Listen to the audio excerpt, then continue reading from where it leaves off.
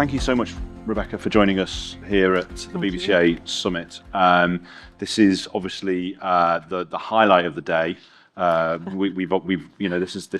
This is what everyone's been come here to see, to hear a leader from our industry, leaders from our industry across the day, as well as the Chancellor earlier today. So really great opportunity for us to reflect on that conversation and to talk a little bit about the UK European sort of private capital mid-market ecosystem. Do you want to sort of kick off a little bit by saying a little bit about Oakley? We'll start off there, and then your perceptions at the moment of the European market, and then we'll launch into a discussion. Great. Well, thank you for hosting me here. Oakley Capital is a pan-European mid-market buyout fund. We have a particular focus on founders. Our founding partner, Peter Dubens, was an entrepreneur himself, and we have a very strong drive towards supporting companies as they transition from being founder-owned. So we are the first institutional capital. So almost 3/4 of our deals have those characteristics. So it's very interesting, that perspective of growth and the dynamism of the economy, and listening to the Chancellor earlier, because often the people we are working with and building those relationships with are very much at the forefront of dealing with those that backdrop.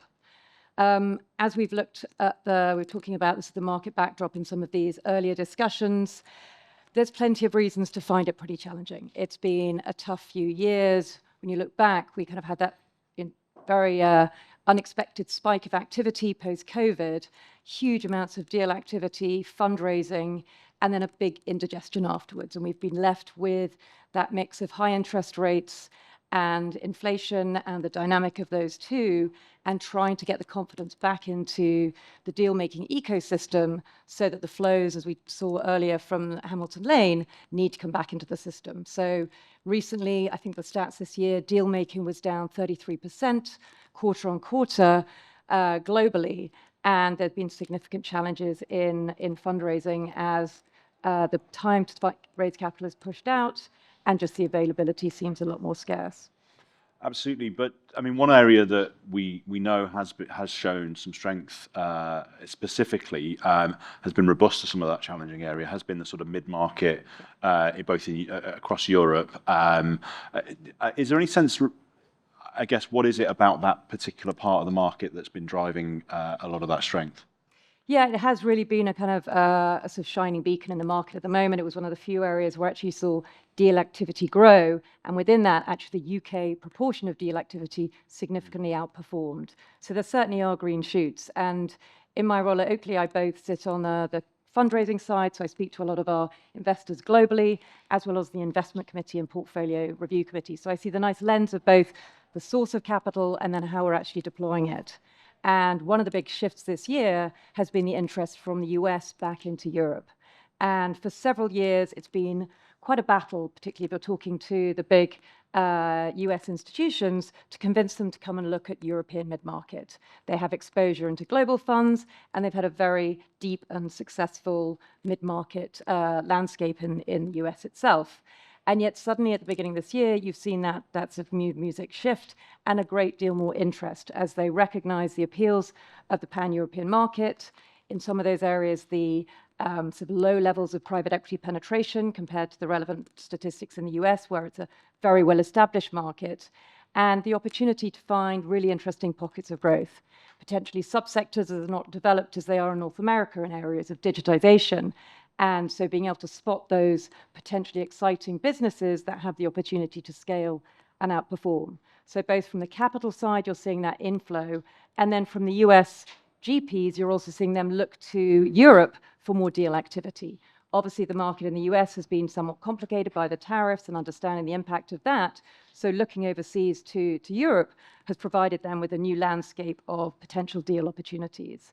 And for them, Europe is an exciting landscape. You've got the different geographies, you've got the much, as I said, a high proportion of still privately owned businesses, and the opportunity to put that sort of well-trodden value creation toolkit in place. So I think there's sort of almost 20% of deals this year had a US fund participating in them, and certainly at the larger end, that was particularly pronounced. And are there particular sectors? I mean, one of the, we've seen a lot of, for example, global risk and global sort of uncertainty and volatility in different markets with different sort of changing sort of geopolitical environments and so on.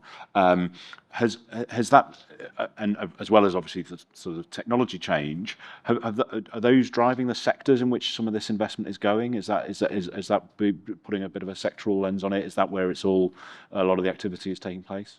Yes, I mean, what you tend to see is that the sort of strong funds stick to the sectors they know. And I think time after time you see firms with a particular sector edge will double down in those sectors, and that is what's driven out performance. Their internal knowledge capabilities are better, and they make themselves a much more attractive partner to the management teams. But notwithstanding that, you obviously have particular areas of activity and interest. You see a huge boom in the software space a few years ago. Right now, with the levels of geopolitical uncertainty, obviously people are looking for businesses that have less exposure to that or can benefit from greater interest there. And Oakley recently invested in a business called G3 that works with clients, many private equity businesses as well as corporates, to help them with that business and risk intelligence. For us, it's a classic founder-owned business in a strong market niche that's growing fast and with the opportunity for professionalization. But to the wider market, you're playing in a trend that we see further growth as people increasingly look to sort of understand the risk and landscape against which they're investing.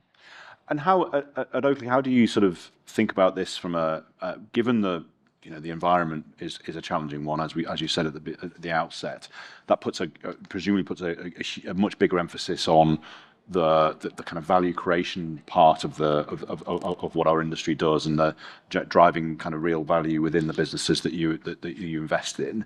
How are you approaching that at the moment?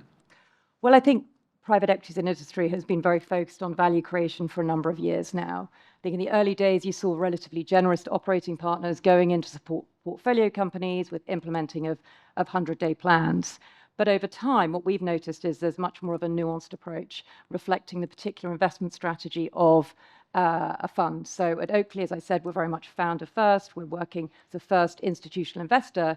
So our playbook is very much about supporting them in that early transition. So our focus, we have a sort of leadership development team, and we have a talent that will help work with those founders as they think about scaling up and professionalizing those businesses.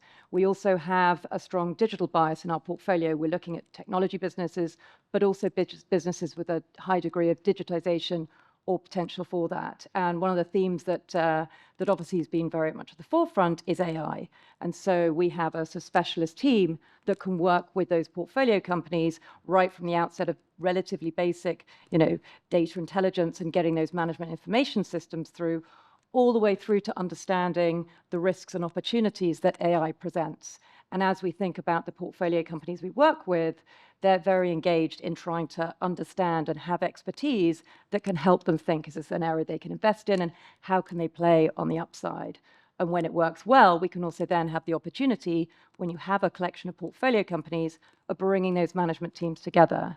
And it never fails to amaze me how engaged they all are when you can talk to different founders from different businesses. And we had an event recently where we gathered together our management teams talking about AI and cyber risk. And we have a company called VLEX, which managed to transition from being very much a relatively legal services business into building out a very strong AI component and investing in that heavily in the early years. And we just achieved an exit to a big strategic player in North America, and explaining that journey to other management teams, how you do that investment, how you think about return on capital, was incredibly valuable. And you can see many of them now are beginning to put those elements into their own strategies.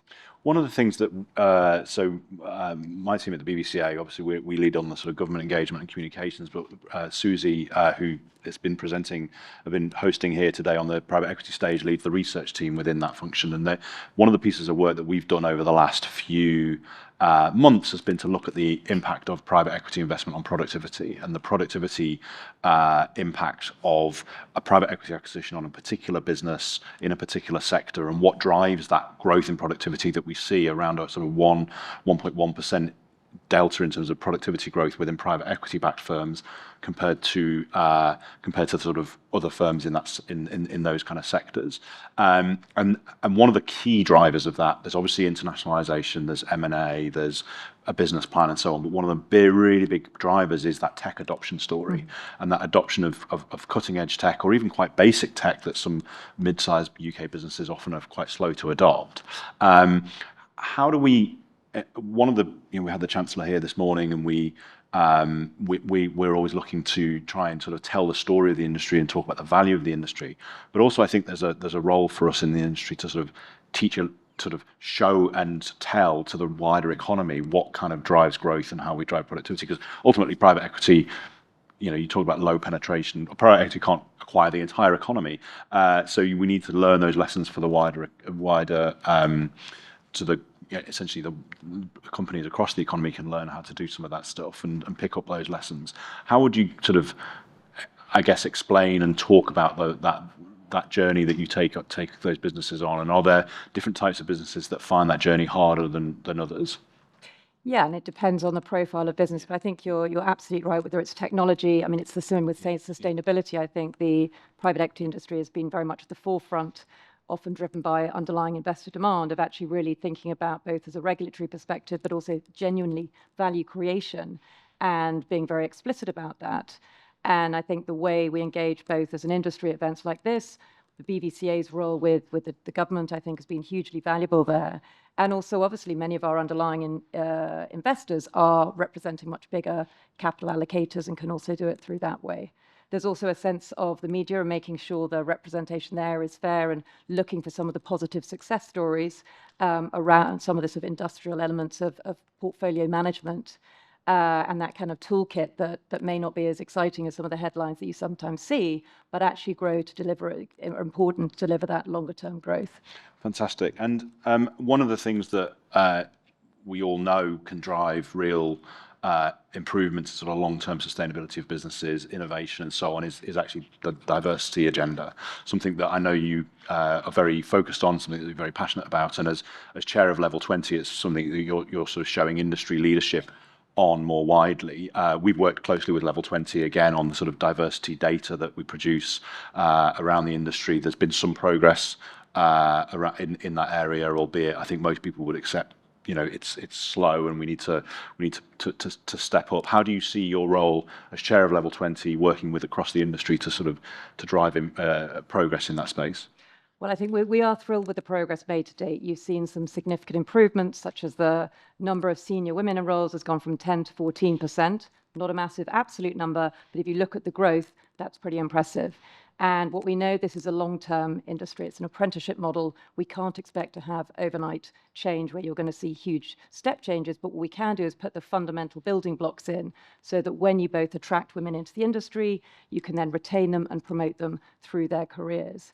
And so as we work with GURPS here as the CEO and working as well with Susie and the team at the BVCA, one of the core steps is around data gathering, providing fact-based information that everyone here as kind of data junkies can use to assess their own performance as well as looking at the industry, and then putting in the toolkit. So within each firm, depending on their strategy, depending on where they sit in that kind of adoption rate and having internal diversity, we can provide tools to help them support that.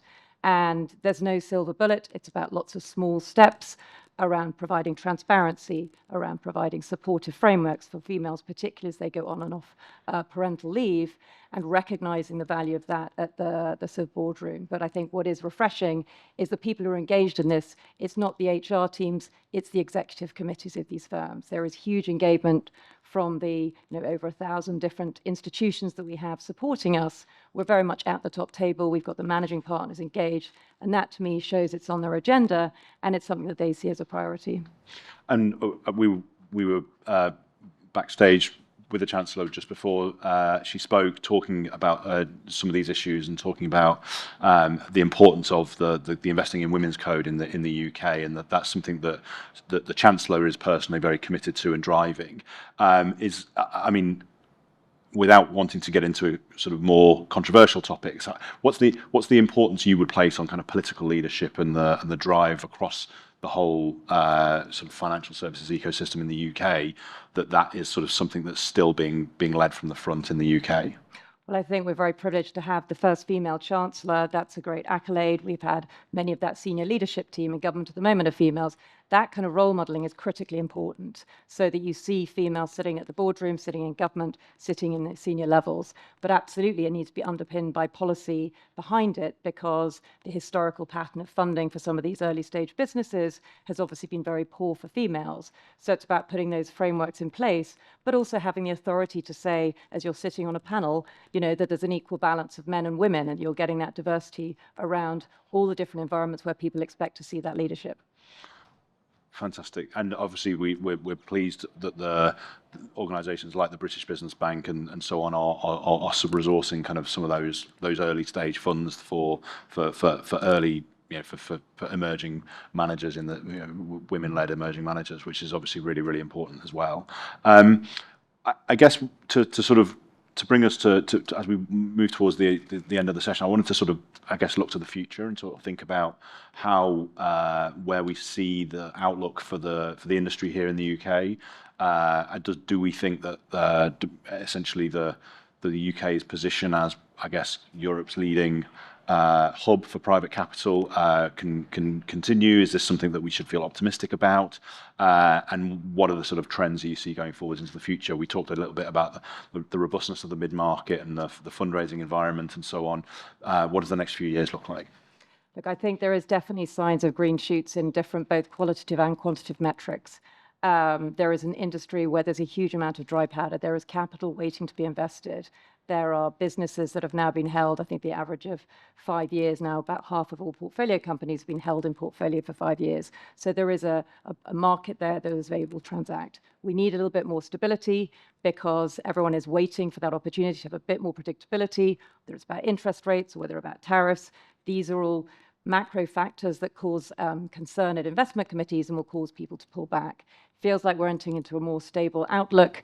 And certainly when you think about the toolkit that private equity firms have, I think we're very well placed to be able to continue to grow and perform mid-market, large buyout, as well as the growth and venture stages. And I think the UK has all the right ingredients to continue to be very successful, particularly with an emphasis on attracting great talent and keeping it here. That's really important. So some of the messaging around that remains critical. But ultimately, we have a good, sort of robust economy at the moment.